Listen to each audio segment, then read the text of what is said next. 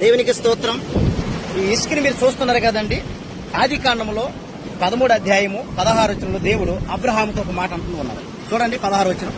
మరియు నీ సంతానమును భూమి మీద నుండి రేణల వలె విస్తరింపజేసేదును. ఎట్లనగా ఒకడు భూమి మీద నుండిన రేణలను లెక్కింపగలిగిన ఎడల నీ సంతానమును కూడా లెక్కింపవచ్చును. రేణ అనగా ఇసుక, ఇసుక రేణలు. ఇంగ్లీష్ బైబుల్ అయితే దెస్ట్ అని ఉంటది అనమాట. కాబట్టి దేవుడు అట్లా మాట్లాడడానికి మూల కారణం ఏంటంటే అప్పటికి అబ్రహాము ముసలివాడైపోయాడు. ఆయన భార్య, ఆయన పిల్లలు కరగడైన భయం వచ్చేసింది ఆయనకి. కానీ దేవుడు ఈ మాట చెప్పినప్పుడు అబ్రహాం నమ్మిండు దేవుడిని.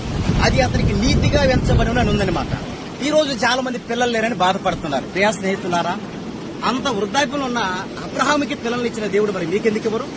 అబ్రహాం కంట శరీరము ముసలితనంలో వచ్చిన మరలా దాన్ని బలపరిచినట్టు, ఆయన శరీరాన్ని బలపరిచి ఒక యవనస్తుడికి ఇచ్చిన బలాన్ని ఇచ్చాడంట. ఏమండి, దేవుడు వాగ్దానం చేసినట్టుగా ఇసాకుని ఇచ్చాడు.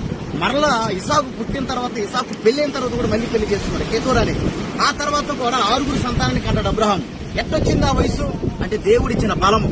ఈ రోజు యవనస్తులు భయపడుతున్నారు. సోదరా, దేవుడి శక్తి మీలోకి వస్తే శరీర బలం ఇస్తుంది, ఆత్మ సంబంధమైన బలం మీకు ఇస్తుంది. ఎప్పుడంటే మీరు దేవుని నిలబడినప్పుడు. అబ్రహాం దేవుని నమ్మాడు, మీరు దేవుని నమ్మండి, దేవుడు మీ పట్ల కార్యం చేస్తాడు. దేవునికి స్తోత్రం.